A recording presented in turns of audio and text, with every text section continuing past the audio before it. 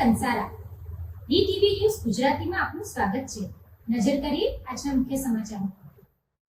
Jhagadia જીઆઈડીસીની metropolitan કંપનીના લાફાકાંડ મામલે આમ આદમી પાર્ટીના 3 આગેવાનોને 2 દિવસના પોલીસ રિમાન્ડ પૂર્ણ થયા બાદ આજે ઝઘડિયા કોર્ટમાં રજૂ કરવામાં આવ્યા હતા.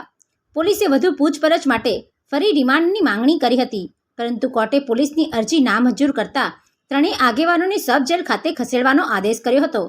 પોલીસે આમ આદમી પાર્ટીના જિલ્લા પ્રમુખ પિયુષ પટેલ, જિલ્લા પંચાયત સભ્ય રજની વસાવા અને ઝઘડિયા તાલુકા આપ પ્રમુખ સર્જન વસાવાની ધરપકડ કરી હતી.